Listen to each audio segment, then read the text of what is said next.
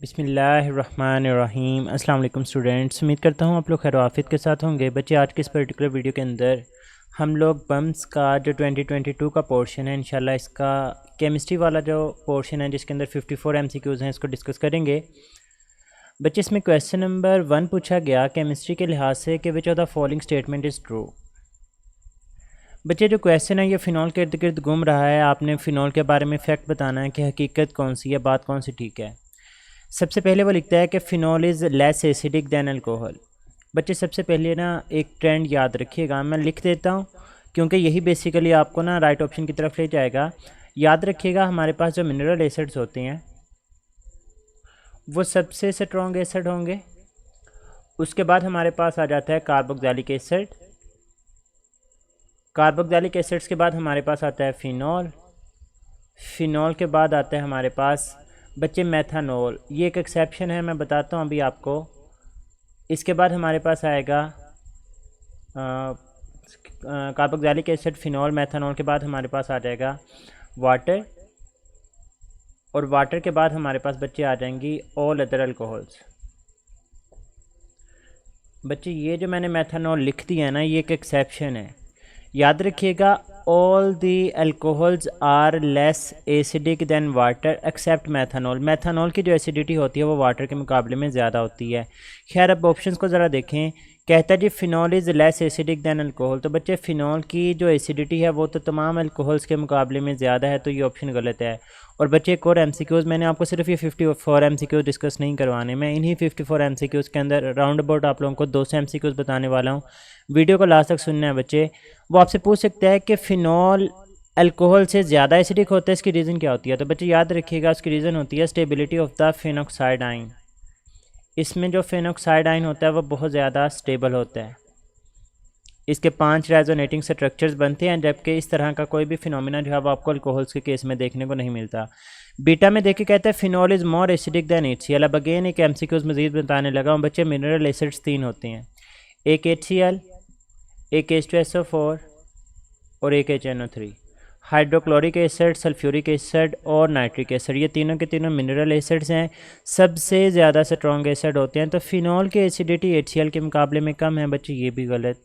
40 में कहता है phenol dissolve the alkalis readily. बच्चे, ये बात ठीक है। देखिए, आप लोगों ने एक रिएक्शन पढ़ा हुआ है फ़िनॉल का, कि जब हम लोग फ़िनॉल का रिएक्शन करवाते हैं एक बेस के साथ, तो फ़िनॉल एसिडिक करैक्टर शो करेगी, ये हाइड्रोजन लूज़ करेगा, बेस OH लूज़ करेगा। तो बच्चे, आपके पास एक तो बन जाएगा वाटर, और साथ में ऑक्सीजन के साथ यहाँ पर Na अटैच हो जाएगा, salt of phenol, sodium phenoxide की जो है वो फॉर्मेशन हो जाएगी। तो बच्चे, यही आप लोगों की यहाँ पर राइट ऑप्शन है। डेल्टा ऑप्शन के अंदर अगर देखें तो वो कहता है phenol is more acidic than carboxylic acid. तो मैंने ट्रेंड ऑलरेडी आप लोगों को सिखा दिया कि ये हमारे पास जो है वो इसका ट्रेंड है, इसको आप लोगों ने जो है वो फॉलो करना है। तो बच्चे, यही हमारा यहाँ पर जो राइट ऑप्शन है वो 4 ही बनेगा, डेल्टा भी राइट ऑप्शन नहीं है। क्वेश्चन नंबर 70 देखें। कहते था precipitation occurs if the ionic concentration is. अब अगेन एक MCQs है, मैं आप लोगों को यहाँ पर 4 MCQs बताने वाला हूँ। सबसे पहले तो बच्चे, इसका मैं जो 3 सिनेरियो होते हैं ना मैं आप लोगों को बता दूँ। बच्चे, अगर आयोनिक कंसनट्रेशन, मैं इसको IC लिख रहा हूँ, ये इक्वल हो KSP के, तो बच्चे याद रखिएगा आपको जो सोल्यूशन होता है वो सैचुरेटेड सोल्यूशन होता है। अगर बच्चे आयोनिक कंसनट्रेशन ग्रेटर देन होगी KSP से, तो बच्चे फिर आपका जो सोल्यूशन होता है वो सुपर सैचुरेटेड होता है। अगर ऐसा हो कि आयोनिक कंसनट्रेशन लेस देन हो KSP से, तो फिर बच्चे याद रखिएगा आपका जो सोल्यूशन होगा वो अनसैचुरेटेड होगा। ये 3 बातें अलग अलग MCQs के तौर पे आती हैं। अब चौथा MCQ जो जहाँ पे पूछा गया, कहता था प्रेसिपिटेशन अकर्स, प्रेसिपिटेशन कब होगी। बच्चे, याद रखिएगा प्रेसिपिटेट्स तब बनते हैं जब आपका जो सोल्यूशन होता है वो सुपर सैचुरेटेड होता है। तो प्रेसिपिटेट्स हैं वो वहाँ पे बनते हैं, और सुपर सैचुरेटेड सोल्यूशन तब होगा जब आयनिक कंसनट्रेशन जो है वो ग्रेटर देन KSP होगी, मोर देन KSP होगी। तो बच्चे, हमारे पास यहाँ पर जो राइट ऑप्शन है वो क्या आ जाएगी, बीटा आ जाएगी। अगले क्वेश्चन की तरफ चलते हैं। बच्चे देखिए, बहुत मज़े की डिस्कशन होने वाली है, वीडियो को लास्ट तक सुनिएगा। आप लोगों को इंशाल्लाह टेस्ट के अंदर भी जो है वो इन कंसेप्ट का बहुत ज़्यादा फ़ायदा होगा। बच्चे, यहाँ पे देखें, आप लोगों के सामने एक कंपाउंड गिवन है, वो पूछता है कि इसका आप लोगों ने IUPAC नेम बताना है। बच्चे, ये एक सिंपल सा कंपाउंड था, सारे के सारे कार्बन जो है वो स्ट्रेट चेन के अंदर दिए गए, सीधा सीधा स्ट्रक्चर है, जैसे लोग सीधे सीधे होते हैं वैसे ही स्ट्रक्चर भी सीधा सीधा दिया हुआ है। अब हम लोग नंबरिंग उस एंड से स्टार्ट करते हैं जिस एंड से डबल बॉन्ड जो है वो नज़दीक आएगा। अगर मैं इस एंड से नंबरिंग करूँ तो बच्चे मेरे पास सेकंड कार्बन के ऊपर जो है वो डबल बॉन्ड मौजूद है, और अगर मैं इस साइड से नंबरिंग स्टार्ट करता तो फिर मेरे पास तीसरे कार्बन के ऊपर आना था। तो खैर हम लोग नंबरिंग यहीं से स्टार्ट करेंगे। अब बच्चे इसके अंदर 2 डबल बॉन्ड हैं, अगर 2 डबल बॉन्ड है तो इसका मतलब आप लोगों को डबल बॉन्ड की पोजीशंस को मेंशन करना पड़ेगा। बच्चे कार्बन कौन कौन से दरमियान जो है वो डबल बॉन्ड है, तो 2 और 3 के दरमियान, इसी तरह 5 और 6 के दरमियान। बच्चे जिन 2 कार्बन एटम्स के दरमियान डबल बॉन्ड होगा उसमें से जो छोटा नंबर होगा वो डबल बॉन्ड की पोजीशन को मेंशन करता है। तो 2 और 5 पोजीशन के ऊपर डबल बॉन्ड है तो आप लोग लिखेंगे 2 5। तो बच्चे 2 3 वाली भी निकाल दें, 2 4 वाली भी निकाल दें। अब या तो 2 5 है या ये 2 5 ये 2 5।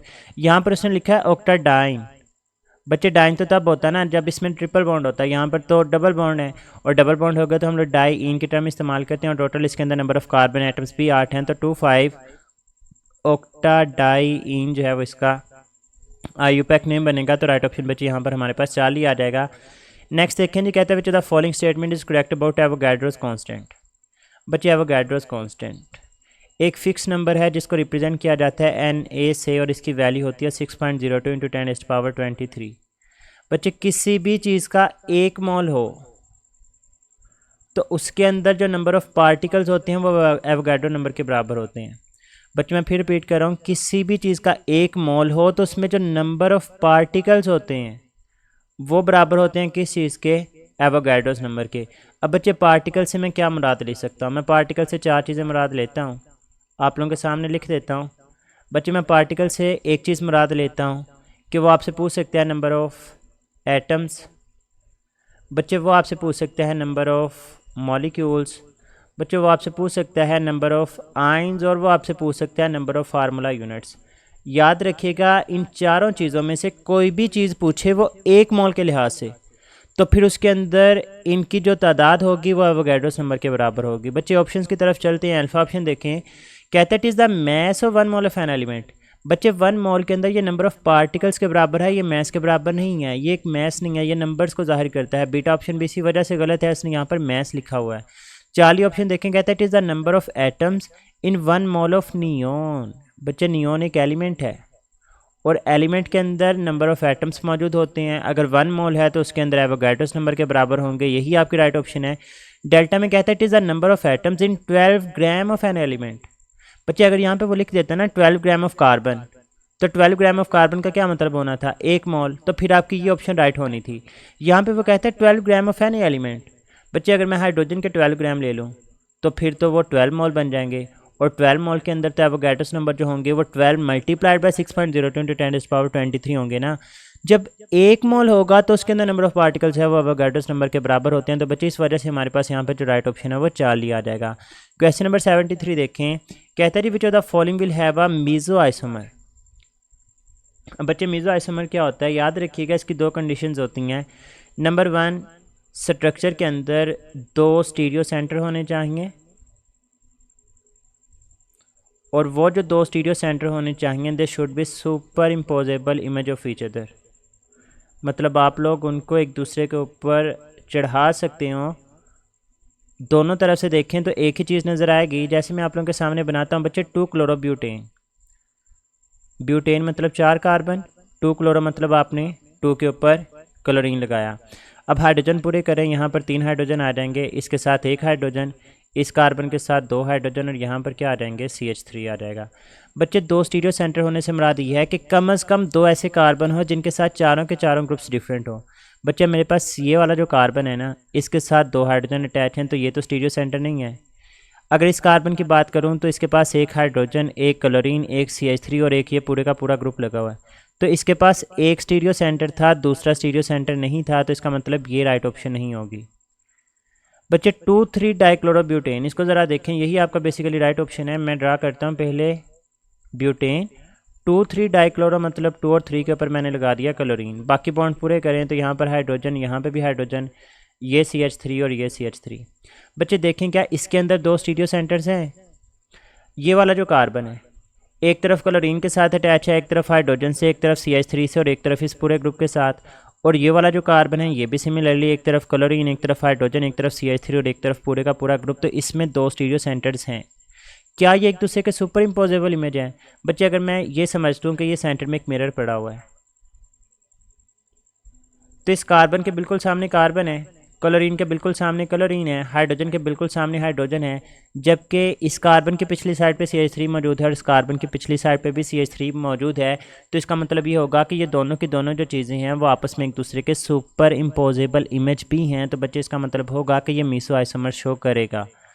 आगे चलें 2,3 डाइक्लोरोपेंटेन। मैं थोड़ी सी जगह ढूंढता हूँ, हाँ मिल गई। 2,3 डाइक्लोरोपेंटेन, 5 कार्बन ड्रा करें। 2,3 डाइक्लोरो मतलब एक क्लोरीन यहाँ पर और एक क्लोरीन यहाँ पर। अब बाकी बॉन्ड पूरे करें तो ये हाइड्रोजन, ये आ गया CH3, यहाँ पर हाइड्रोजन आ गया, ये CH2 आ गया और ये CH3 आ गया। बच्चे ये वाला जो कार्बन है इसके साथ एक क्लोरीन, एक हाइड्रोजन, एक CH3 और ये पूरे का पूरा ग्रुप स्टीरियो सेंटर है। इसी तरह से ये कार्बन भी स्टीरियो सेंटर है, 2 स्टीरियो सेंटर हैं। लेकिन क्या ये एक दूसरे के सुपर इम्पोजेबल इमेज है? कार्बन के सामने कार्बन भी है, क्लोरीन के सामने क्लोरीन भी है, हाइड्रोजन के सामने हाइड्रोजन भी है। लेकिन बच्चे इस कार्बन की पिछली साइड पे है CH3, इस कार्बन की पिछली साइड के ऊपर है CH2 CH3। तो ये एक दूसरे के सुपर इम्पोजेबल इमेज नहीं है, तो ये राइट ऑप्शन नहीं होगा। इसी तरह से बच्चे अब आप लोगों ने डेल्टा को खुद से प्रैक्टिस करना है। 1,2 डाइक्लोरोब्यूटेन, ये तो स्टीरियो सेंटर ही 2 आप लोगों को बना के देगा, तो राइट ऑप्शन बच्चे यहाँ पर बीटा बन जाएगी। नेक्स्ट चलते हैं, कहते हैं select the group whose element will easily lose the electron. बच्चे याद रखिएगा वो आसानी से इलेक्ट्रॉन लूज कर देंगे जिनका साइज बड़ा होता है। बच्चे 1A के एलिमेंट 5A के, 6A के और 7A के। मैं ना यहाँ पे एलिमेंट्स लिखता हूँ। बेसिकली हमारे पास है जी lithium, beryllium, boron, carbon, nitrogen, oxygen, fluorine और नियॉन। बच्चे अब कौन कौन से ग्रुप से ये बिलोंग करते हैं? तो जो लिथियम है हमारे पास ये बिलोंग करता है 1A से, बेरिलियम बिलोंग करता है 2A से, बोरॉन बिलोंग करता है 3A से, कार्बन 4A का मेंबर है, नाइट्रोजन 5A का है, ऑक्सीजन 6A का, फ्लोरीन 7A और जो नियॉन है ये 8A से बिलोंग करता है। और आप लोगों ने पढ़ा हुआ है कि लेफ़्ट टू राइट हमारे पास जो एटॉमिक रेडियस होता है ये डिक्रीज़ करता है। इसका मतलब ये होगा कि ये जो हमारे पास सबसे लेफ़्ट साइड के ऊपर एलिमेंट मौजूद है इसका जो एटॉमिक रेडियस होगा, सॉरी अगर राइटिंग बुरी हो, काफ़ी देर होगी उर्दू लिखे हुए, एटॉमिक रेडियस इसका बड़ा होगा। जैसे जैसे लेफ़्ट राइट मूव करते जाएंगे एटॉमिक रेडियस डिक्रीज़ होता जाएगा। बच्चे इलेक्ट्रॉन ईजिली कौन लूज़ करेगा? जिसका साइज़ बड़ा होगा। जिसका साइज़ बड़ा होगा, न्यूक्लियस की वैलेंस इलेक्ट्रॉन्स के ऊपर अट्रैक्शन कम होगी, वो इजीली इलेक्ट्रॉन को लूज़ करने के काबिल होगा। तो यहाँ पर लिथियम जो कि बिल्कुल लेफ्ट साइड के ऊपर मौजूद है, इसका साइज़ सबसे बड़ा होने की वजह से हम लोग बोलेंगे it will lose electron easily, और इसकी आयोनाइजेशन एनर्जी की वैल्यू जो होगी वो सबसे कम होगी क्योंकि इसने इलेक्ट्रॉन को जो है वो ईजिली लूज़ कर दिया। अगर वो आपसे पूछता है कि सबसे मुश्किल से कौन इलेक्ट्रॉन लूज़ करेगा, तो फिर बच्चे वो अमंग द गिवन ऑप्शन आपने बोलना था कि 7A का एलिमेंट। तो इस तरह से आपसे कोई भी MCQs बन सकता है। वो आपसे पूछता है किसकी आयोनाइजेशन एनर्जी की वैल्यू सबसे ज़्यादा होगी, तब भी आप लोग इन ऑप्शन में से जो है वो 7A को सिलेक्ट कर रहे होंगे। तो MCQs बहुत से बनते हैं, पैटर्न सीखा करें बच्चे। पास पेपर आप लोग पढ़ते हैं ना, 100 में से 2-3-4% चांस होते हैं कि आपको ऐसे चीज़ MCQs आ जाए, लेकिन बच्चे बहुत ज़्यादा चांसेस होते हैं कि उसी तरह का पैटर्न रिपीट हो जाए। तो क्वेश्चन को समझें, क्वेश्चन की सेंस को समझे, वहीं से हट के आप लोगों से क्वेश्चन बन सकते हैं। वो आप लोगों ने उस चीज़ के ऊपर जो वो फोकस करना है बेसिकली। नेक्स्ट देखें जी, कहता है the reaction of alkyl halide with lithium die alkyl copper produce. अब बच्चे जो हमारे पास लिथियम डाई अल्काइल कॉपर है इसको हम लोग पढ़ते हैं जिल्मन रेजेंट के नाम से। गिलमैन रेजेंट भी प्रोनाउंस किया जाता है, जिल्मन रेजेंट भी प्रोनाउंस किया जाता है। बच्चे होता क्या है, ये हमारे पास है एक अल्काइल हैलाइड, हमने इसका रिएक्शन करवाना है lithium die alkyl copper. Die alkyl का मतलब मेरे पास R2 होगा, alkyl copper sorry lithium copper से मुराद ये है कि यहाँ पर अब हमारे पास एक जो है वो कॉपर आ जाएगा और साथ में आ जाएगा लिथियम। बच्चे बेसिकली न्यूक्लियोफिलिक सब्स्टिट्यूशन रिएक्शन होता है। अब ये भी MCQs है कि ये कौन सा रिएक्शन है, तो बच्चे न्यूक्लियोफिलिक सब्स्टिट्यूशन रिएक्शन है। होगा क्या कि इसमें जो X है वो रिप्लेस हो जाएगा यहाँ पर मौजूद एक R ग्रुप से।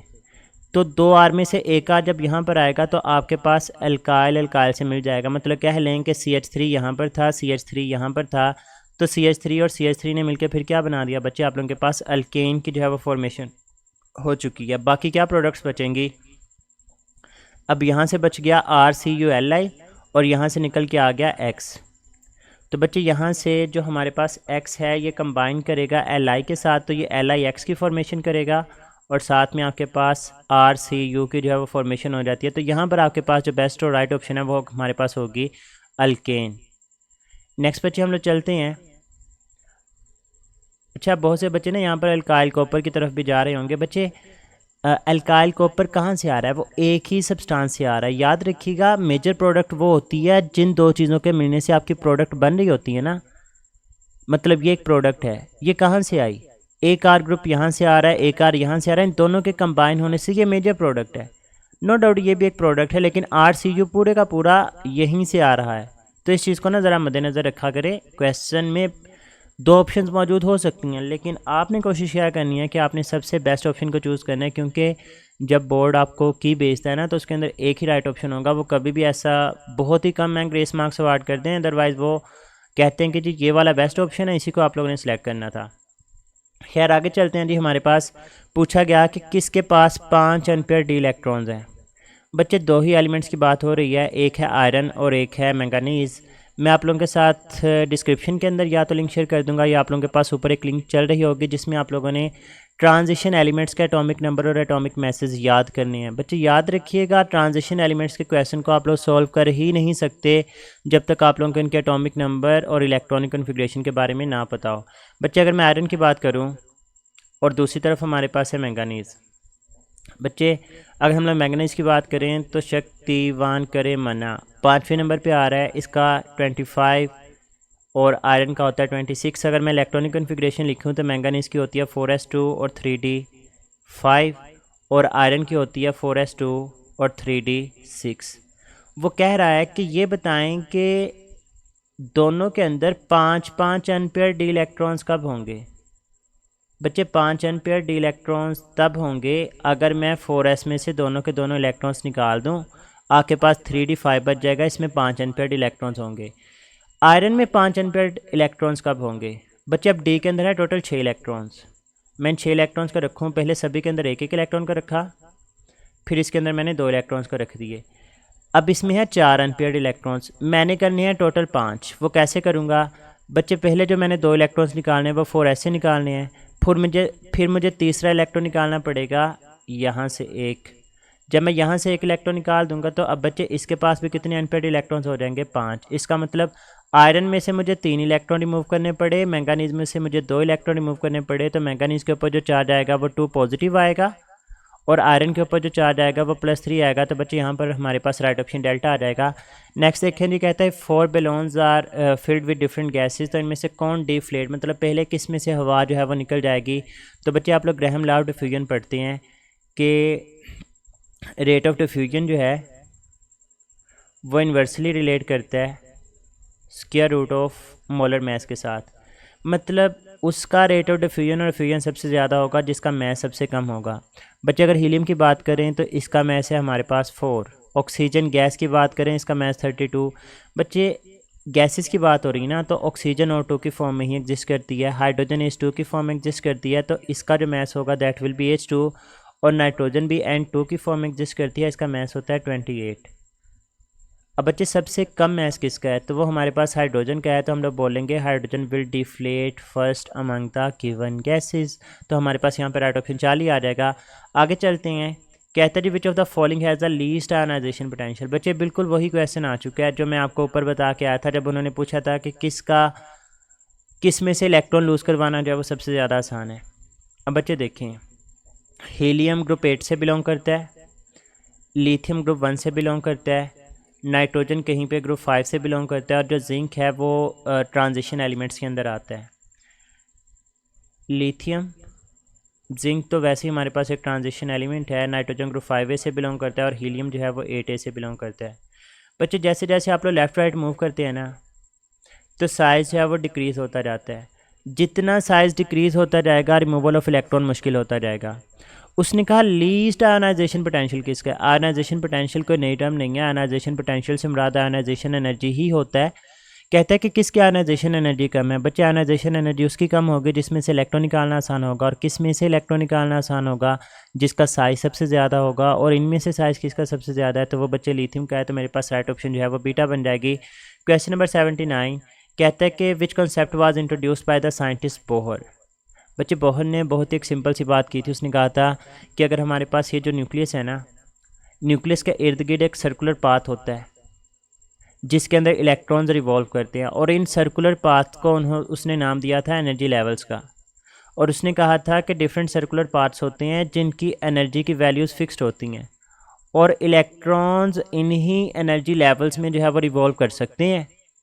कभी भी ऐसा नहीं होगा कि आपको इलेक्ट्रॉन इन दो ऑर्बिटल्स के दरमियान कहीं पे यहाँ पे देखने को मिले, नहीं, ये हमेशा एनर्जी लेवल्स में ही मूव करेंगे।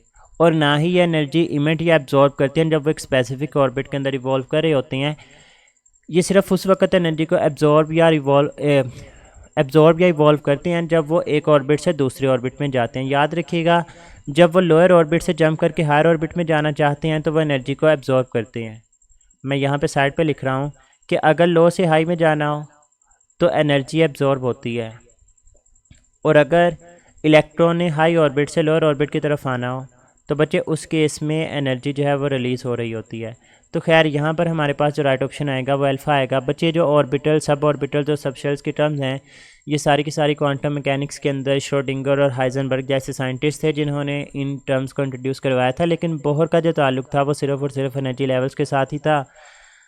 मैं बहुत ही डीप जाऊँ तो बच्चे आपकी बुक के अंदर ना एक रिलेशन लिखा होता है, MVR is equal to NH/2 पाई।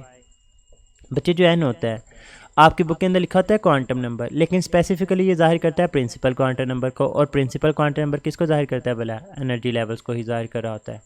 तो ये डीप डाउन यही बात पूछी गई है आपसे यहाँ से।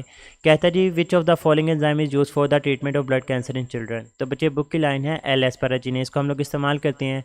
जो थ्रोम्बिन होती है बच्चे इसको हम लोग इस्तेमाल करते हैं for the purpose of blood clotting.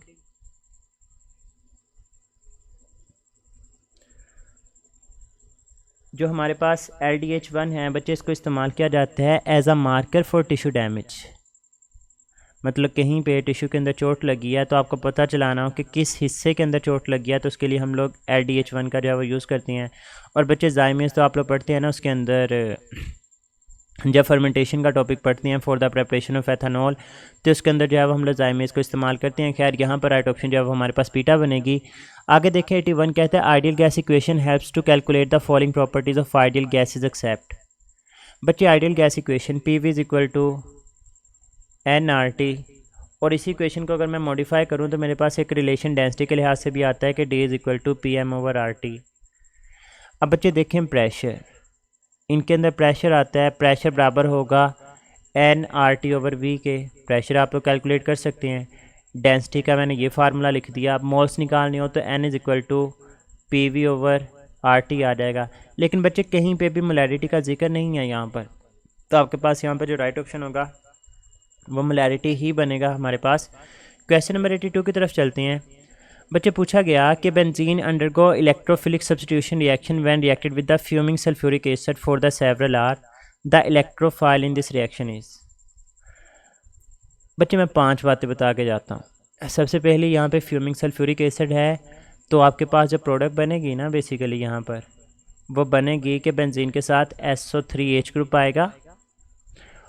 इस प्रोसेस को हम लोग बोलते हैं सल्फोनेशन, और सल्फोनेशन के अंदर जो इलेक्ट्रोफाइल इस्तेमाल होता है बच्चे वो SO3 होता है। अब यहाँ पर MCQ सुनिएगा, मैं 5 क्या आप लोगों को 10 MCQs बताता हूँ। बच्चे वो आपसे पूछे बेंजीन सबसे ज़्यादा इजीली रिएक्शन कौन से शो करेगा, आपका आंसर होगा इलेक्ट्रोफिलिक सब्स्टिट्यूशन रिएक्शन। आंखें बंद करके बोल दीजिएगा इलेक्ट्रोफिलिक सब्स्टिट्यूशन। वो आपसे पूछे बेंजीन कौन से रिएक्शन शो नहीं करता, बच्चे लास्ट तक सुनिएगा, आप लोगों का टेस्ट इंशाल्लाह कवर होने वाला है। नॉट शोन बाय बेंजीन, तो बच्चे वो रिएक्शन होते हैं एलिमिनेशन रिएक्शन। 2 MCQs हो गए। अब इलेक्ट्रोफिलिक सब्स्टिट्यूशन में आप लोग 5 रिएक्शन जनरली पढ़ते हैं। एक बच्चे हैलोजिनेशन है, एक नाइट्रेशन है, एक सल्फोनेशन है, एक एल्काइलेशन है, और एक एसाइलेशन है। ये 5 डिफरेंट एमसीक्यूज। बच्चे आपको तमाम प्रोसेसेस के वो इलेक्ट्रोफाइल्स पूछ सकते हैं। वो कहे बताएं हैलोजिनेशन में इलेक्ट्रोफाइल क्या होगा, तो X पॉजिटिव। नाइट्रेशन में इलेक्ट्रोफाइल क्या होगा, NO2 पॉजिटिव। सल्फोनेशन में इलेक्ट्रोफाइल क्या होगा, SO3। एल्काइलेशन में इलेक्ट्रोफाइल क्या होगा, R पॉजिटिव। एसाइलेशन में इलेक्ट्रोफाइल क्या होगा, RC double bond O positive. बच्चे वो आपसे पूछे बताएं इनमें से सब जो न्यूट्रल इलेक्ट्रोफाइल है वो कौन सा है। तो देखिए बच्चे सभी के ऊपर पॉजिटिव चार्ज मौजूद है, जबकि जो सल्फोनेशन का इलेक्ट्रोफाइल है वो किसके साथ मौजूद है, SO3 के साथ। वो आपसे पूछे फ्राइडल और क्राफ्ट ने कौन से रिएक्शन दिए थे। तो बच्चे फ्राइडल और क्राफ्ट 2 साइंटिस्ट थे जिन्होंने एल्काइलेशन और एसाइलेशन का फिनोमिना दिया था।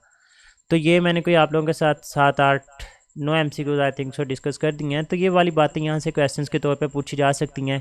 बच्चे वो आपसे प्रोडक्ट्स पूछ सकते हैं। वो आपसे कहे कि इलेक्ट्रोफिलिक सब्स्टिट्यूशन विद हैलोजेंस हुई बेंजीन की, तो प्रोडक्ट क्या बनेगी। बच्चे आप लोग बोलेंगे इसकी प्रोडक्ट होगी हेलोबेंजीन। NO2 अटैच करेंगे तो प्रोडक्ट का नाम होगा नाइट्रोबेंजीन। SO3 ऐड करेंगे तो यहाँ पर जो प्रोडक्ट बनेंगी that will be benzene sulphonic acid. बच्चे आप लोग R पॉजिटिव को ऐड करेंगे तो जो प्रोडक्ट बनेंगी that will be alkyl benzene.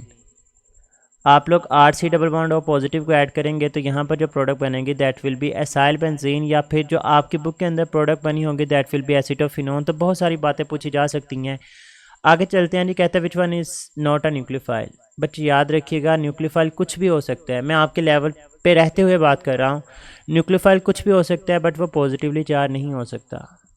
बच्चे सबसे पहले C3H7 और नेगेटिव लिखा हुआ है। दिस वन इज़ प्रोपोक्साइड आयन, इसके ऊपर नेगेटिव चार्ज मौजूद है।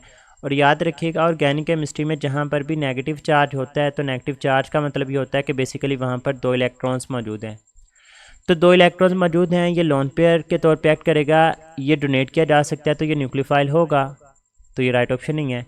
SCN नेगेटिव थायोसायनेट आयन, इसके ऊपर नेगेटिव चार्ज मौजूद है, ये भी न्यूक्लियोफाइल होगा। CH3 positive carbocation, in fact methyl carbocation, इसके ऊपर पॉजिटिव चार्ज है, इट इज़ इलेक्ट्रॉन डेफिशिएंट। बच्चे ये इलेक्ट्रोफाइल है, ये न्यूक्लियोफाइल नहीं है, यही आपका राइट ऑप्शन है। NH3 नाइट्रोजन के पास एक लोन पेयर है, और अगर इसके पास लोन पेयर है तो it has the tendency to donate its lone pair. तो हम लोग बोलेंगे अमोनिया भी हमारे पास एक न्यूक्लियोफाइल होगा, लेकिन ये एक न्यूट्रल न्यूक्लियोफाइल है। आगे चलते हैं। कहते हैं जी what is the correct IUPAC name of C6H5CHO। बच्चे C6H5 मतलब बेंजीन से एक हाइड्रोजन आपने रिमूव किया और उसके साथ COOH अटैच करने, इसका IUPAC नेम होता है बेंजीन कार्बेल्डिहाइड। बेंजीन के साथ आप लोगों ने एल्डिहाइडिक ग्रुप जो है वो अटैच किया। बच्चे साइक्लोहेक्सानल, साइक्लोहेक्सानल हम लोग इस वक्त बोलेंगे जब बेंजीन नहीं बल्कि हेक्सा साइक्लोहेक्सेन के साथ आप लोग C डबल बॉन्ड H को जो है वो अटैच कर देंगे। साइक्लोहेक्साइल एल्डिहाइड में तब बोलूँगा जब मैं यहाँ से एक हाइड्रोजन जो है वो रिमूव करके कोई ग्रुप अटैच कर दूँ। तो बच्चे ये हमारे पास क्वेश्चन नंबर 84 हुआ।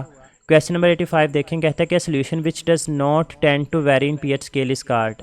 ये हमारे पास बफर सोल्यूशन की डेफिनेशन है SHS। कहता है जी what is the correct electronic configuration of carbon. बच्चे कार्बन का एटॉमिक नंबर होता है 6। अगर इसकी इलेक्ट्रॉनिक कन्फिग्रेशन देखें तो आपने ना टोटल 6 इलेक्ट्रॉन्स पूरे करने हैं।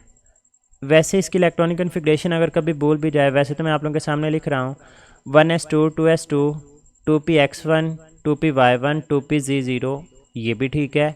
अगर वो लिख दे 1s2 2s2 और 2p2 जैसे यहाँ पर लिखा हुआ है वो भी ठीक है। अगर ये भूल भी जाए तो बच्चे सिर्फ एटॉमिक नंबर पता हो तो वो पूरे कर लें। अगर इसका 6 एटॉमिक नंबर है मतलब इसके पास 6 इलेक्ट्रॉन्स होंगे इसके न्यूट्रल स्टेट में, तो 2 और 2 4 और 2 6 इलेक्ट्रॉन इसके पास। 2 और 2 4 और 4 8 इलेक्ट्रॉन की बात कर रहा है। 2 और 2 4 6 10 और 2 12 इलेक्ट्रॉन्स की बात कर रहा है। यहाँ पर 2 4 6 10 तो 12 तो 14 इलेक्ट्रॉन्स की जो है वो बात कर रहा है। तो आपने 6 के बारे में बताना था, तो वो राइट ऑप्शन हमारे पास अल्फा बन जाएगी। क्वेश्चन नंबर 87 कहता है जी phenol is more reactive than benzene towards the electrophilic substitution. बच्चे फिनॉल कहते हैं ये ज़्यादा रिएक्टिव है बेंजीन से भी, इसकी रीज़न बतानी है। बच्चे फिनॉल तब बनता है जब बेंजीन के ऊपर कौन सा ग्रुप अटैच होता है, OH। अब OH एक ortho and para directing group है, और अगर ये ortho and para directing group होगा तो बच्चे ये अपने इलेक्ट्रॉन्स डोनेट कर देता है किसके अंदर, बेंजीन के अंदर। जब ये अपने इलेक्ट्रॉन बेंजीन के अंदर डोनेट करेगा तो बच्चे सबसे पहले ऑर्थो पोजीशन और फिर रेजोनेट करते हुए वो पैरा पोजीशन के ऊपर इलेक्ट्रॉन्स की जो है वो एक्सेस हो जाती है। तो OH जो कि एक odd and para directing group है, इसने क्या किया, इसने अपने इलेक्ट्रॉन रिलीज़ किए बेंजीन के अंदर, जिन्होंने वहाँ पर रेजोनेटिंग करना स्टार्ट कर दी, जिसके नतीजे में इसकी जो रिएक्टिविटी होगी वो इंक्रीज़ हो जाएगी। मतलब ये कि बेंजीन के अंदर इलेक्ट्रॉन्स की जो मिकदार है वो बढ़ जाएगी। तो हम लोग बोलेंगे कि यहाँ पर एक स्ट्रॉन्ग रेजोनेटिंग इफ़ेक्ट जो है वो जनरेट हो चुका है।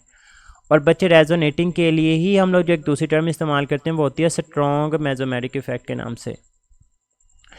अब बच्चे odd and para directing group कौन से होते हैं, मेटा डायरेक्टिंग ग्रुप्स कौन से होते हैं, इसके लिए मैं डिस्क्रिप्शन के अंदर एक वीडियो छोड़ रहा हूँ, वो आप लोगों ने देख लेनी है। उससे आप लोगों को आइडिया हो जाएगा कि कौन से ग्रुप्स हैं वो ऑड और पैरा की कैटेगरी में फॉल करते हैं और कौन से जो है वो मेटा की कैटेगरी में फॉल करते हैं। क्वेश्चन नंबर 88 की तरफ चलते हैं।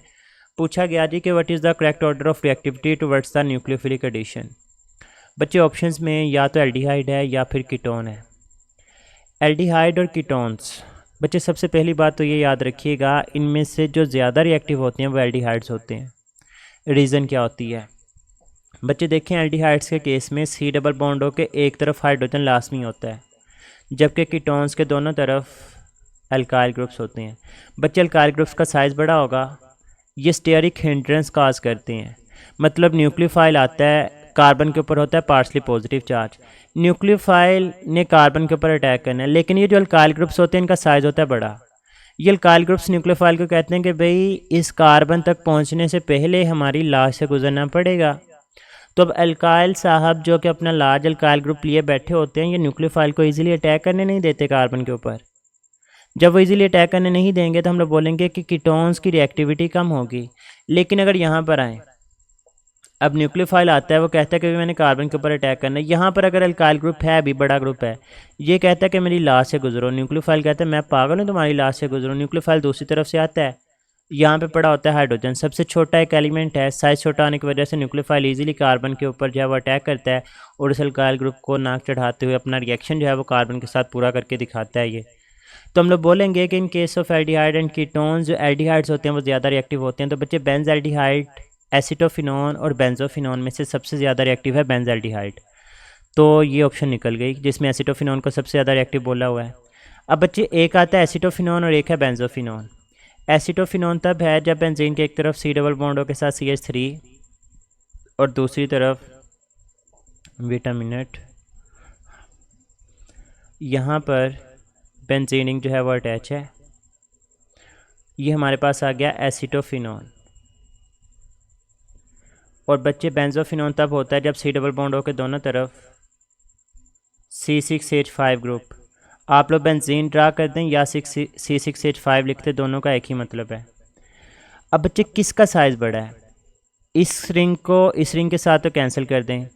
अगर मैं इस CH3 का इस C6H5 के साथ कंपैरिजन करूं तो बच्चे जो C6H5 है इसका साइज़ बड़ा है, और जब साइज़ बड़ा है तो ये ज़्यादा स्टेरिक हिंड्रेंस काज करेगा, इसकी रिएक्टिविटी कम होगी। लेकिन इसके मुकाबले में एसिटोफिनोन जहाँ पे CH3 ग्रुप है, इसका साइज़ इस ग्रुप के मुकाबले में कम है, तो यहाँ पर न्यूक्लियोफाइल आकर इजीली अटैक कर सकेगा। तो हम लोग बोलेंगे एसिटोफिनोन ज़्यादा रिएक्टिव होगा एज़ कम्पेयर टू बेंजोफिनोन। तो बच्चे मेरे पास यहाँ पर जो राइट ऑप्शन है वो फिर क्या बनेगी, डेल्टा आ जाएगी। होप सो कि ये पॉइंट जो है वो आप लोगों को क्लियर है। आगे चलते हैं बच्चे। अगर आप अभी भी इस वीडियो को सुन रहे हैं तो मीन टू से कि आप लोग वाकई में सीरियस हैं। मेरी दुआ है अल्लाह ताला की बारगाह में अल्लाह ताला की ज़ात जो है वो आप लोगों को कामयाबियों से नवाजे। अल्लाह ताला की ज़ात आप लोगों की हामी नासिर हो। अगर ये डिस्कशन पसंद आ रही है तो बच्चे मेरे हक़ में भी दुआ कीजिएगा, अपना भी बहुत सारा ख्याल रखा करें। मेरी भी तबीयत कुछ दिनों से ठीक नहीं है, मेरे लिए भी दुआ कीजिएगा। खैर चलते हैं। कहता है the outer shell configuration of transition block element is given by. बच्चे ये मैं अगर आंसर करना चाहूँ तो इन ऑप्शन में से मैं सिलेक्ट कर देता हूँ कि बच्चे मेरे पास इसकी जो राइट ऑप्शन है वो 4 लिया, लेकिन मुझे इख्तलाफ है इनके ऑप्शन से भी।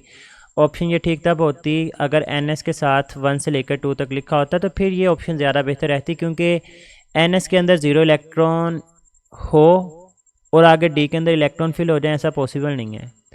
अब बच्चे N-1 और NS का मतलब क्या है, ये ना हम लोग इलेक्ट्रॉनिक कॉन्फ़िगरेशन जब लिखते हैं तो हम लोग इस तरह से लिखते हैं, school school, public school, public school, divisional public school, divisional public school, federal divisional public school, और फिर आगे फेडरल डिविजनल पब्लिक स्कूल लिखेंगे एंड सो ऑन।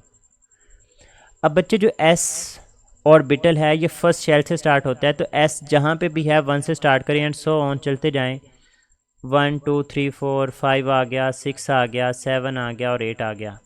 उसके बाद पी जो है वो सेकंड से स्टार्ट होता है, तो मैं 2 से स्टार्ट करूँगा। 2p 3p 4p 5p 6p और 7p। जो डी है वो थर्ड से स्टार्ट होता है, तो बच्चे मेरे पास आ जाएगा 3d, फिर आ जाएगा 4d, फिर आएगा 5d, फिर आएगा 6d। और जो एफ़ है वो 4 से स्टार्ट होता है, तो हमारे पास 4f आएगा और फिर आएगा 5f। बच्चे आपने डी और एस का कंपैरिजन करना है। कहाँ पर हैं भला? ये मेरे पास है जी एस और ये मेरे पास है डी। मतलब ये कि आपके पास जो एस होगा वो 4s है, तो उसका जो डी होगा वो 3d होगा। मतलब डी एस वाले से एक कम है। मतलब अगर मैं इसको n कंसीडर करूँगा तो ये वाली वैल्यू जो होगी वो n-1 होगी। अब बच्चे एस के अंदर 1 से लेकर 2 तक इलेक्ट्रॉन आ सकते हैं, डी के अंदर 1 से लेकर 10 तक इलेक्ट्रॉन आ सकते हैं। तो हम लोग बोलेंगे कि इसकी जो जनरल इलेक्ट्रॉनिक कन्फिग्रेशन होगी वो होगी n-1, डी की पावर 1 से लेकर 10 तक इलेक्ट्रॉन हो सकते हैं, और ns और इसकी पावर जो है वो 1 से लेकर 2 तक हो सकती है। तो यहाँ पर राइट ऑप्शन हमारे पास 4 ही बनेगा। नेक्स्ट देखें, the atomic weight of an element is represented by. Atomic mass unit simple एक MCQ है, कॉन्सेप्ट कोई नहीं है बच्चे। राइट ऑप्शन अल्फा होगा। आगे देखें, कहते हैं what is the oxidation number of Cl2। अब बच्चे आप लोग ना ऑक्सीडेशन स्टेट के रूल्स पढ़ते हैं। पहला ही रूल ये होता है कि the oxidation state of all the elements in its free state is 0। अब बच्चे ये भी फ्री स्टेट ही है, इसकी इलेक्ट्रॉनिक कन्फिग्रेशन 0 हो गया। फ्री स्टेट से क्या मुराद होता है ये भी याद रखिएगा बच्चे। फ्री स्टेट से मुराद होती हैं दो चीज़ें। अगर कोई भी एलिमेंट इंडिविजुअल एग्जिस्ट करेगा, इंडिविजुअल एग्जिस्ट करने से मुराद ये है कि आपको अकेला हाइड्रोजन देखने को मिले, अकेला क्लोरीन देखने को मिले, ब्रोमीन मिले, मैग्नीशियम मिले, कोई भी एलिमेंट जो कि अकेला एग्जिस्ट कर रहा होगा वो फ्री स्टेट कहलाएगा। और फ्री स्टेट होगा तो उसकी ऑक्सीडेशन स्टेट 0 होगी। बच्चे दूसरी बात कि अगर आपके पास होमो न्यूक्लियर मॉलिक्यूल हो, मतलब एक से ज़्यादा एटम मौजूद हों लेकिन वो एक जैसे हों, जैसे H2 Cl2 N2 O2 F2 O3 Br2 I2, तो ये सारे के सारे हमारे पास एक जैसे एटम से मिलकर बने हुए मॉलिक्यूल्स हैं। तो बच्चे ये भी हमारे पास फ्री स्टेट कहलाते हैं, और फ्री स्टेट होगी तो ऑक्सीडेशन स्टेट 0 होगी। अब यहाँ पर जो सिनेरियो फिल हो रहा था वो ये Cl2 वाला था, तो इसी की ऑक्सीडेशन स्टेट पूछी गई थी, तो इसका राइट ऑप्शन क्या आएगा? 0 आएगा। आगे चलें, कहते हैं ज़्विटर आयन इज़ आल्सो कॉल्ड। बच्चे ज़्विटर आयन किसको बोलते हैं? ज़्विटर आयन बेसिकली अमाइनो एसिड जब डाईपोलर आयन की फॉर्म में एग्जिस्ट करता है। अब बच्चे इसको आप लोग डाईपोलर आयन भी बोलते हैं, इसी को आप लोग ज़्विटर आयन भी बोलते हैं, और इसी को बच्चे आप लोग इंटरनल साल्ट का नाम भी देते हैं। तो ये हमारे पास यहाँ पर जो इस क्वेश्चन का राइट ऑप्शन होगा that will be beta. Question number 93 देखें, कहता है which of the following hydroxide of group 1 is less soluble in water. अब बच्चे अगेन मैं बहुत ही इंपॉर्टेंट एक बात आपको बताने जा रहा हूँ, इसको ना ज़रा ध्यान से सुनिएगा। वैसे तो मैं बहुत सिंपल कर सकता था जी कि ये लिथियम हाइड्रोक्साइड जो है वो इसका आंसर है, लेकिन मैं चाहता हूँ कि अगर कोई भी MCQs आए आपको तो आप लोग उसको टैकल करने के काबिल हों। बच्चे दो सिनेरियो होते हैं, एक ये है कि आपके पास आ जाए स्मॉलर एनाइन। स्मॉलर एनाइन का क्या मतलब है, बल्कि मैं पहले लिख दूँ ताकि समझ आए। और एक बच्चे आपके पास हो सकते हैं बल्कि एनाइंस। अब मैं ज़रा आप लोगों के सामने ना क्लियर करता हूँ सारी चीज़ें। बच्चे स्मॉलर एनाइन से मुराद है OH नेगेटिव हो सकते हैं, जैसे यहाँ पर है। बच्चे स्मॉलर एनाइन के अंदर आपके पास क्लोराइड्स हो सकते हैं। स्मॉलर एनाइंस के अंदर आप लोगों के पास ऑक्साइड्स हो सकते हैं। बल्कि एनाइंस की बात करें तो बच्चे हमारे पास सल्फेट आइंस हो सकते हैं, SO4 नेगेटिव। हमारे पास कार्बोनेट आइंस हो सकते हैं, CO3 नेगेटिव। हमारे पास बाइकार्बोनेट आइंस हो सकते हैं, या इसी तरह से हमारे पास फॉस्फेट आइंस हो सकते हैं। बच्चे अगर स्मॉलर एनाइन हो तो जो सोलेबिलिटी होती है, जब भी आप लोगों के पास स्मॉलर एनाइंस होंगे तो स्मॉलर एनाइंस के केस में जो डोमिनेटिंग फैक्टर होता है, जिसकी बिना के ऊपर आप लोग चेक करती हैं कि कौन ज़्यादा सोलेबल होगा कौन कम सोलेबल होगा, तो बच्चे वो वाला फैक्टर होता है हमारे पास लैटिस एनर्जी। और जब बल्कि एनाइन होंगे तो फिर जो डोमिनेटिंग फैक्टर होता है that is the hydration energy.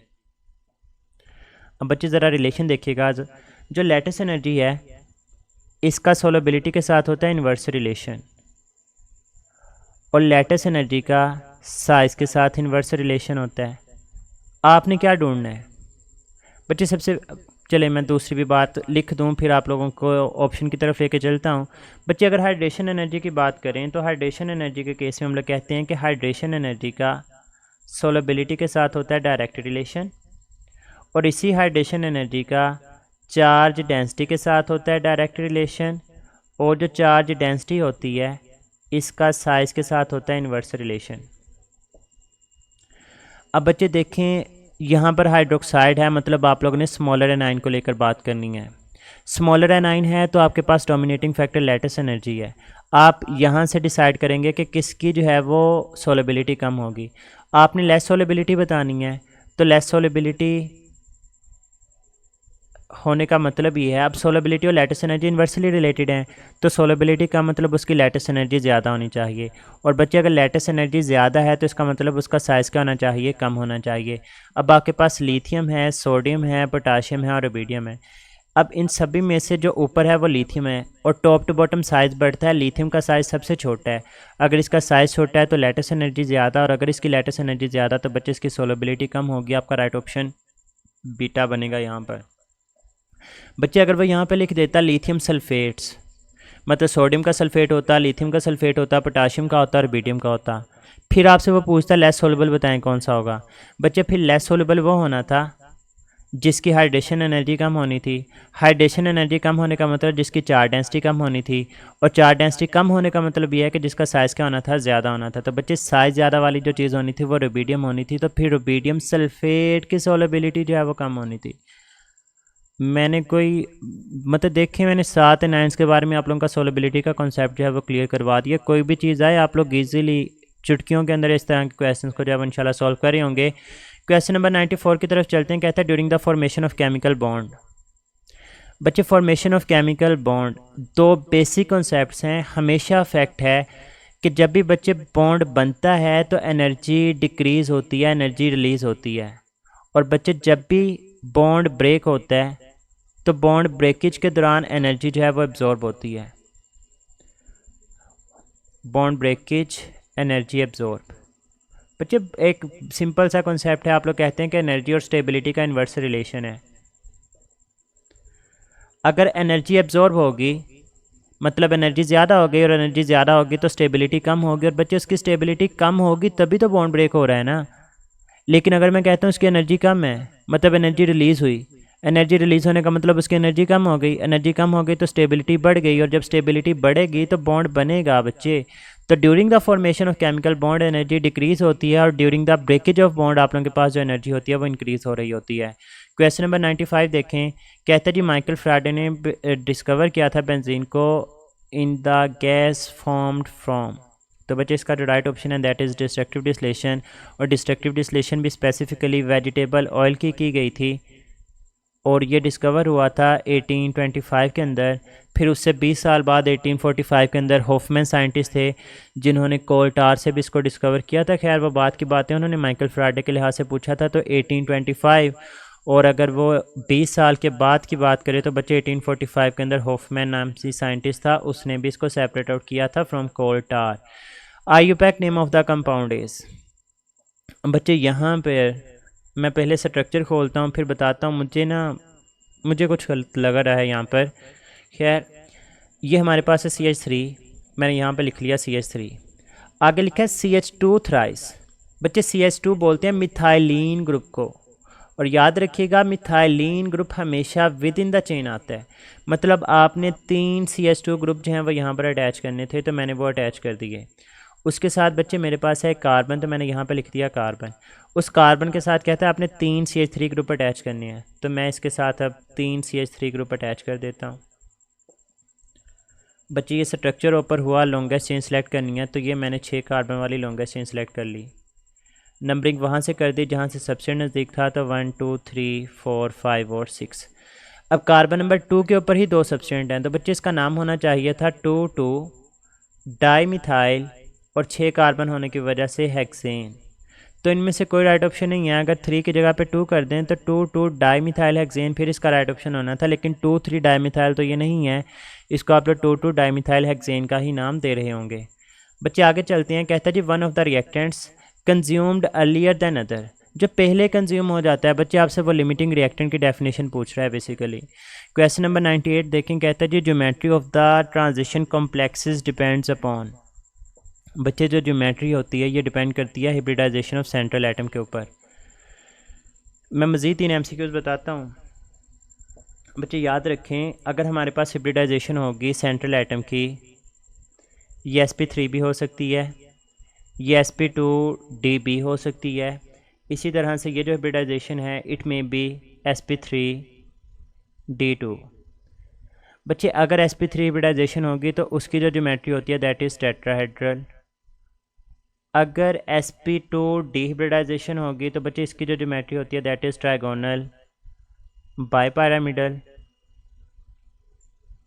और बच्चे अगर sp3d2 हिब्रिडाइजेशन होगी तो इसकी जो ज्योमेट्री होती है दैट इज़ ऑक्टाहेड्रल। तो ये बेसिक कह लें कि प्राइमरी जो फैक्टर होते हैं ना वो हिब्रिडाइजेशन होते हैं। हालांकि ऑक्सीडेशन स्टेट से भी आप लोगों को जो है वो हिब्रिडाइजेशन का आइडिया हो जाता है, लेकिन ये इतना डोमिनेटिंग फैक्टर नहीं है जितना कि हिब्रिडाइजेशन है। मैं पहले भी बता चुका हूँ, आपने बेस्ट ऑप्शन को सिलेक्ट करना होता है और यहाँ पर बेस्ट ऑप्शन जो है वो हमारे पास बीटा है। Question number 99 the colour of the magnesium flame is, बच्चे ब्राइट वाइट कलर होता है मैग्नीशियम के फ्लेम का। फैक्ट है, राइट ऑप्शन डेल्टा होगा। Which species has the greater reduction potential. बच्चे ये MCQ मुश्किल कोई नहीं था, एम ही बनाया हुआ है आप लोगों ने। इलेक्ट्रोकेमिकल सीरीज़ याद रखें। बच्चे इलेक्ट्रोकेमिकल सीरीज़ याद होगी तो इस तरह के क्वेश्चन आप लोग चुटकी बजा के सॉल्व कर देंगे। अगर मैं इलेक्ट्रोकेमिकल सीरीज़ में इन एलिमेंट्स को अरेंज करूं तो बच्चे बिल्कुल तरतीब से लिखे हुए हैं, बैरियम, फिर कैल्शियम, फिर मैग्नीशियम और फिर एलुमिनियम। बच्चे जैसे जैसे आप लोग इलेक्ट्रोकेमिकल सीरीज़ में ऊपर से नीचे की तरफ आते हैं तो रिडक्शन पोटेंशियल की वैल्यूज़ बढ़ती हैं। क्या होती हैं? रिडक्शन पोटेंशियल की वैल्यूज़ इंक्रीज़ होती हैं। और यही तो वो पूछ रहा है कि बताएं किसका रिडक्शन पोटेंशियल ग्रेटर होगा। तो बच्चे नीचे जाते हुए वो बढ़ रही हैं, तो इसका मतलब जो सबसे लास्ट पर होगा एल्यूमिनियम आयन, इसी का रिडक्शन पोटेंशियल ज़्यादा होगा। तो right option will be delta. Question number 9 के ऊपर देखें। कहते हैं जी why is are reaction reversible. Reaction reversible होते क्यों हैं? बच्चे हम लोग अगर रिएक्शन प्रोसीड करवाते हैं, रिएक्टेंट से प्रोडक्ट्स बनाते हैं, क्यों बनते हैं? क्योंकि बच्चे रिएक्टेंट्स किसी ना किसी लिहाज से अनस्टेबल होंगे, वो स्टेबिलिटी गेन करना चाहते हैं, वो प्रोडक्ट्स के अंदर चले जाते हैं। कहते हैं ये रिएक्शन रिवर्स में आ रहा है, बताएं ये रिएक्शन रिवर्स में क्यों आएगा? बच्चे प्रोडक्ट्स रिएक्टेंट्स में कन्वर्ट हो रहे हैं, इसका मतलब प्रोडक्ट्स अनस्टेबल हैं, या फिर दूसरे अल्फाज में कहते हैं कि प्रोडक्ट्स हैं वो रिएक्टिव हैं, जिस वजह से इन्होंने रिएक्ट करके दोबारा से क्या बना दिए? रिएक्टेंट्स बना दिए। तो आप लोग दो ऑप्शंस को ढूंढें यहाँ पर, या तो वो लिखे कि प्रोडक्ट्स आर अनस्टेबल, तो कहीं पे भी नहीं लिखा उसने कि प्रोडक्ट्स आर अनस्टेबल, या कह दे कि प्रोडक्ट्स आर रिएक्टिव। तो बच्चे ये वाली ऑप्शन जो है वो हमारे पास ठीक है कि प्रोडक्ट्स आर रिएक्टिव। वैसे मैं मज़े की बात बताऊं, इसमें रिएक्टेंट्स आर स्टेबल, ये बात भी किसी हद तक ठीक है, लेकिन फिर वही बात कि आपने बेस्ट ऑप्शन को सिलेक्ट करना होता है। और बेस्ट ऑप्शन आप लोग रिवर्सिबल की बात करते हैं, तो बच्चे रिवर्सिबल रिएक्शन में रिवर्स रिएक्शन का जिक्र ज़रूरी तौर पर होता है। और रिवर्स रिएक्शन में प्रोडक्ट्स रिएक्टेंट होते हैं, तो आपने प्रोडक्ट्स के लिहाज से ही बात करनी है कि प्रोडक्ट्स यहाँ पर रिएक्टिव हैं और अनस्टेबल हैं, जबकि जो रिएक्टेंट्स हैं वो स्टेबल हैं। तो दोनों ही बी और सी ठीक थी, लेकिन बेस्ट ऑप्शन इसमें बीटा को हम लोग चूज़ कर रहे होंगे। क्वेश्चन नंबर 1 और 2 की तरफ मूव करते हैं। कहता है कि amorphous solids have perfect arrangement of atoms. नहीं। Do they have sharp melting point? बच्चे बिल्कुल भी नहीं। ये क्रिस्टलाइन सॉलिड की प्रॉपर्टी होती है। शार्प मेल्टिंग पॉइंट का मतलब पता है क्या होता है? देखिए अगर आपके पास एक सॉलिड है क्रिस्टलाइन सॉलिड, मैं कहता हूँ इसका मेल्टिंग पॉइंट है 801 डिग्री सेल्सियस। बच्चे आप लोग 800.9 डिग्री सेल्सियस भी इसको प्रोवाइड करेंगे ना, तो ये मेल्ट होना स्टार्ट नहीं करेगा। एग्जैक्ट 801 डिग्री सेल्सियस के ऊपर ये मेल्ट होना स्टार्ट करेगा और 801 के ऊपर ही 100% मेल्ट होकर लिक्विड में कन्वर्ट कर जाएगा। मतलब ये कि 801.1 डिग्री सेल्सियस के ऊपर ये लिक्विड फॉर्म में एग्जिस्ट कर रहा होगा, 800.9 फॉर्म में ये सॉलिड की फॉर्म में एग्जिस्ट करेगा। मतलब जो 801 डिग्री सेल्सियस था ना, इसी टेम्परेचर के ऊपर ये मेल्ट होना स्टार्ट हुआ और इसी के ऊपर ये ख़त्म हुआ। जबकि बच्चे अमॉर्फस सॉलिड का केस क्या होता है कि अगर ये आपके पास सॉलिड है, ये मेल्ट करना स्टार्ट करेगा कहीं लेट्स सपोज 25 के ऊपर, और कम्प्लीटली तौर पे ये मेल्ट होकर लिक्विड के अंदर कन्वर्ट हो जाएगा कोई जाके 35 डिग्री सेल्सियस के ऊपर। तो हम लोग बोलेंगे कि जो अमॉर्फस सॉलिड्स होते हैं they have the range of melting point, जबकि जो क्रिस्टलाइन सॉलिड्स होते हैं they have the sharp melting point. 40 में कहता है they can possess the small regions of orderly arrangement of atom. बच्चे ये बात ठीक है, देखें पूरे स्ट्रक्चर के अंदर तो अरेंजमेंट नहीं होती, मतलब इस तरह से कोई उल्टी सीधी तरतीब के साथ ना आपके पास एटम मौजूद होते, ये भी साथ साथ ही हैं लेकिन उल्टी सीधी तरतीब के साथ ना पड़े होते हैं।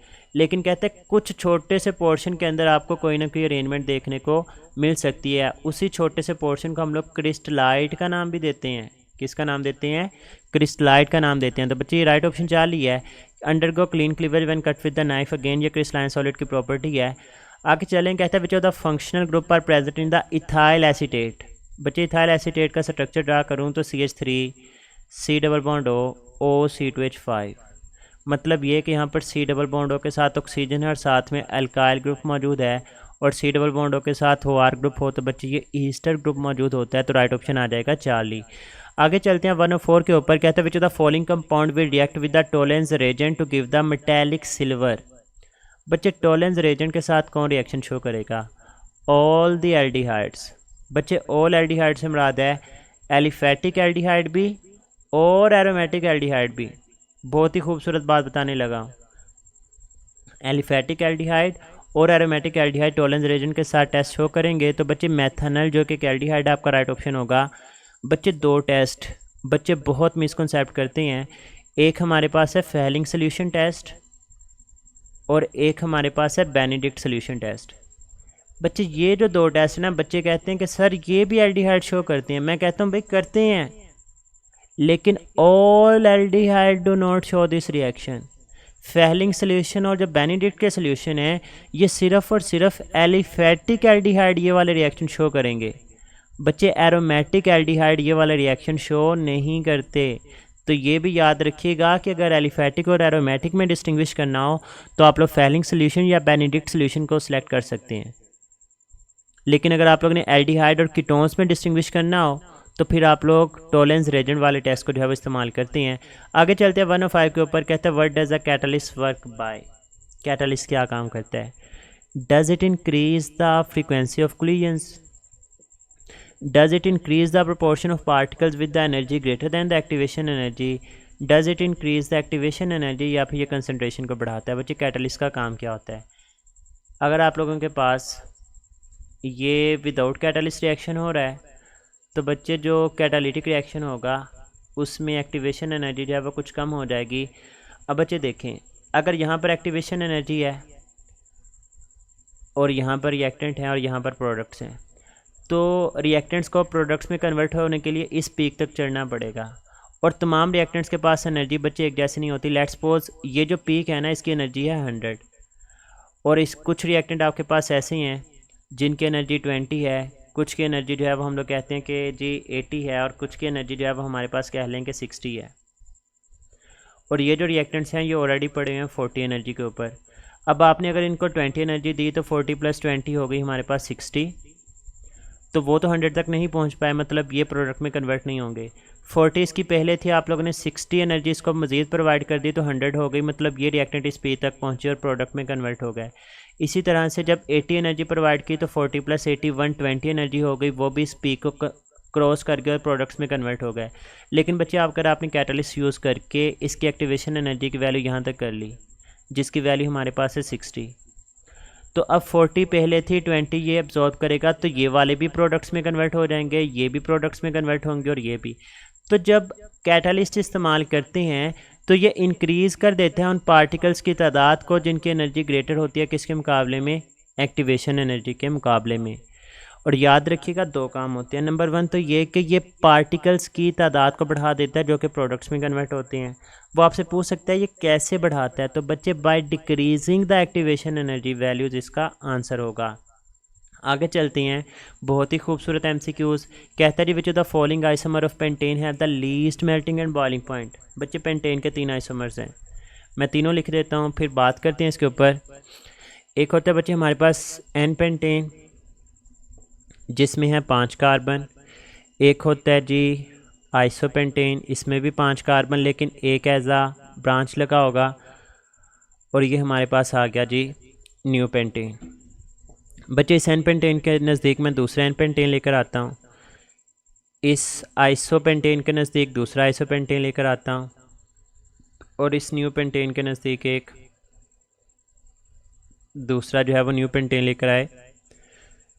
वेट अ मिनट, हाँ, सिंगल बॉन्ड कार्बन और ये भी आ गया सिंगल बॉन्ड कार्बन।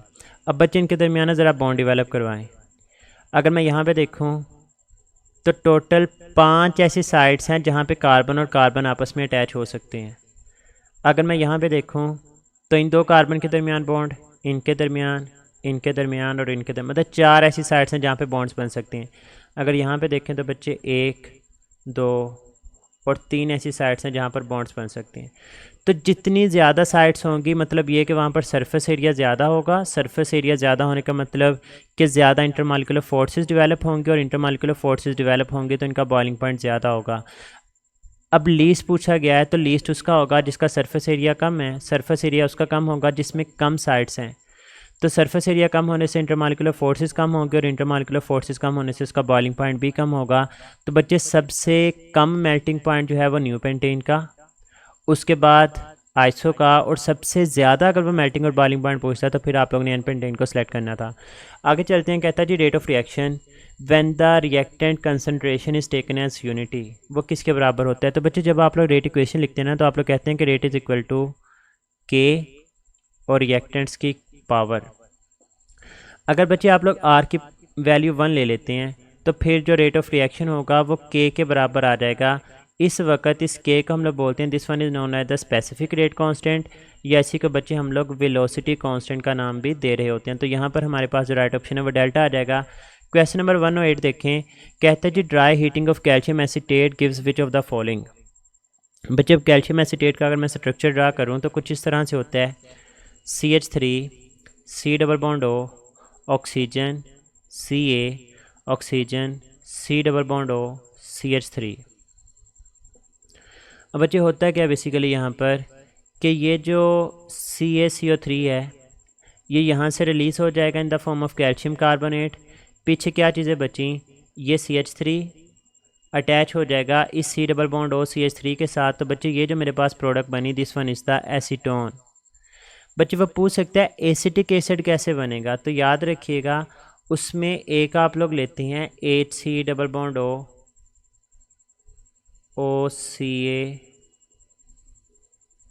मतलब calcium salt of formic acid, calcium formate plus calcium acetate CH3 C double bond O OCA C double bond O और CH3। बच्चे एक यहाँ से कैल्शियम कार्बोनेट निकलेगा, सिमिलरली आप लोगों के पास एक यहाँ से कैल्शियम कार्बोनेट निकलेगा। अब बच्चे ये जो C double bond O H है मैं इसको ज़रा यहाँ पे लिखता हूँ ताकि आप लोगों को समझा सकूँ। C double bond O H ये वाला जो है वो इस CH3 के साथ अटैच होगा तो एसिटाल्डिहाइड बना देगा। सिमिलरली ये जो C double bond O CH3 है ये यहाँ पे मौजूद हाइड्रोजन के साथ मिलकर दूसरा एसिटाल्डिहाइड बना देगा। तो 2 मोल्स ऑफ एसिटाल्डिहाइड तब बनते हैं जब आप लोग कैल्शियम फॉर्मेट और कैल्शियम एसीटेट को जो है वो आपस में मिक्स करते हैं। तो फिर आप लोगों के पास राइट ऑप्शन जो है वो एसिटिक एसिड बननी थी। खैर क्वेश्चन नंबर 109 की तरफ मूव करते हैं। कहते हैं जी the volume of a given mass of a gas according to Charles law should be zero at. बच्चे वॉल्यूम ज़ीरो उस वक्त होता है जब एब्सोल्यूट ज़ीरो हो, और एब्सोल्यूट ज़ीरो वो टेम्परेचर होता है जिसके ऊपर मैं डेफिनेशन बता रहा हूँ ऐसे चीज़ पेपर के अंदर आ सकती है, आ जाए तो मुझे दुआएं देनी आप लोगों ने। Molecular motion of gas molecules है वो सीज़ कर जाती है, रुक जाती है। बच्चे इसकी वैल्यू याद रखिएगा। एब्सोल्यूट ज़ीरो केल्विन को भी बोला जाता है, -273 डिग्री सेल्सियस को भी बोला जाता है, और -459 डिग्री फ़ारेनहाइट स्केल को भी बोला जाता है। तो यहाँ पर डिग्री सेल्सियस में था तो वो बच्चे -273 डिग्री सेल्सियस है, तो राइट ऑप्शन अल्फ़ा बनेगी। Which of the following is known as the Lucas Regent.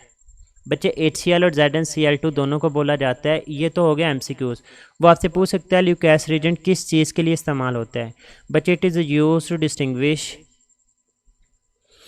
Primary secondary and tertiary alcohol. वो आपसे पूछ सकता है कि अल्कोहल्स का ल्यूकैस रेजेंट के साथ रिएक्शन करवाएं तो क्या प्रोडक्ट बनेगी। तो बच्चे इसमें जो प्रोडक्ट बनती है दैट इज़ अल्काइल हैलाइड। वो आपसे पूछ सकता है कि बताएं भाई अल्काइल हैलाइड की नेचर कैसी होती है, तो आप लोग बताएंगे इसकी नेचर होती है ऑयली नेचर। वो आपसे पूछ सकता है बताएं इनमें से कौन ज़्यादा तेज़ी के साथ रिएक्शन करेगा। तो बच्चे टर्शियल अल्कोहल सबसे ज़्यादा तेज़ी के साथ, सेकेंडरी अल्कोहल उसके बाद और प्राइमरी उसके बाद। वो आपसे पूछ सकता है टर्शियल अल्कोहल कितनी देर में ऑयली नेचर बनाएगा। आप लोग बताएंगे इसका रिएक्शन सबसे फास्ट होता है, ये इमीडिएटली बना देगा। वो आपसे पूछे सेकेंडरी फिर कितनी देर में बनाएगा। आप लोग बताएंगे कि 5 से 10 मिनट लगेंगे इसको प्रोडक्ट बनाने में। वो आपसे कहेगा कि प्राइमरी तो सबसे कम बनाता है, तो बताएं ये कब बनाएगा। तो आप लोग बताएंगे कि सर ये सिर्फ उसी वक्त बनाएगा जब आप लोग अल्कोहल को ल्यूक एसिड एजेंट के साथ गर्म करेंगे, फिर जाके ऑयली नेचर बनाएगा। अगर आप लोग इसको वैसे ही छोड़ देंगे तो ये प्रोडक्ट बना के नहीं देगा। आगे चलते हैं 111 के ऊपर। कहता है जी Born Haber cycle is use to calculate the lattice energy of ionic compound. बच्चे SHS MCQs बनते हैं और आप लोग पढ़ते हैं कि NaCl की जो लेटेस्ट एनर्जी की वैल्यू होती है -787 किलो जूल पर मोल होती है।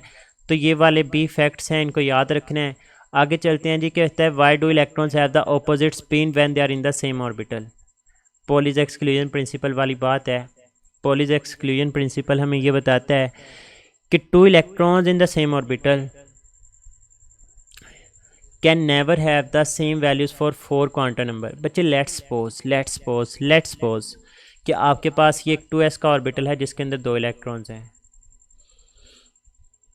अब ना मैंने क्या करना है, मैंने एक ये वाला इलेक्ट्रॉन ले लिया और दूसरा ये वाला इलेक्ट्रॉन ले लिया। अगर मैं इसके n की वैल्यू देखूं तो बच्चे ये भी 2 है और इस इलेक्ट्रॉन के लिए भी 2 है। अगर मैं इसकी l की वैल्यू देखूं, s के लिए l की वैल्यू होती है 0, तो इसकी भी 0 और इसकी भी 0। अगर मैं m मैग्नेटिक क्वांटम नंबर की वैल्यू देखूं, बच्चे अगर l 0 है तो m की वैल्यू भी 0 0 ही होगी। बच्चे स्पिन क्वांटम नंबर, अब a की वैल्यू -1/2 होगी और दूसरे की वैल्यू +1/2 होगी। तो बच्चे स्पिन क्वांटम नंबर की वैल्यूज लाजमी तौर पर अपोजिट होती हैं। और अपोजिट होने की वजह क्या होती है,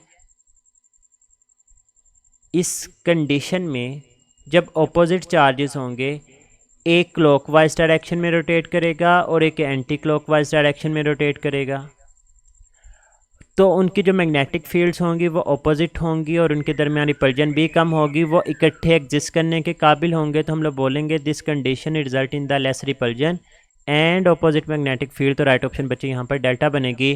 क्वेश्चन नंबर 113 के विस्कोसिटी मीन गाढ़ापन। बच्चे कैसे डिक्रीज़ होगी, मालिकुलर मैस बढ़ाते जाएंगे, मालिक्यूल विस्कोसिटी गाढ़े होते जाएंगे। जितना मैस बढ़ता रहेगा उसका तो विस्कोसिटी के बढ़ने के साथ साथ उसका जो गाढ़ापन होगा, मालिकुलर मैसेज के बढ़ने के साथ साथ उसकी जो विस्कोसिटी होगी वो इंक्रीज़ होती जाएगी। बच्चे टेम्परेचर, जब टेम्परेचर बढ़ाते हैं तो मालिक्यूल्स की काइनेटिक एनर्जी ज़्यादा होती है, फोर्सेस ब्रेक होना स्टार्ट हो जाती हैं।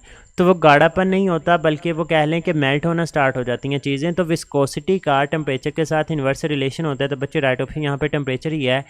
एटमॉस्फेरिक प्रेशर का कोई लेना देना ही नहीं है विस्कोसिटी के साथ। और जो इंटरमालिकुलर फोर्सेस होती हैं बच्चे, जितनी इंटरमालिकुलर फोर्सेस ज़्यादा होंगी वो उतने ही ज़्यादा टाइटली एक दूसरे के साथ अटैच होंगे। हम लोग बोलेंगे उसकी विस्कोसिटी भी क्या होगी, ज़्यादा होगी। 114 देखें। कहते हैं जी with the increase in the value of principal quantum number the size of orbital.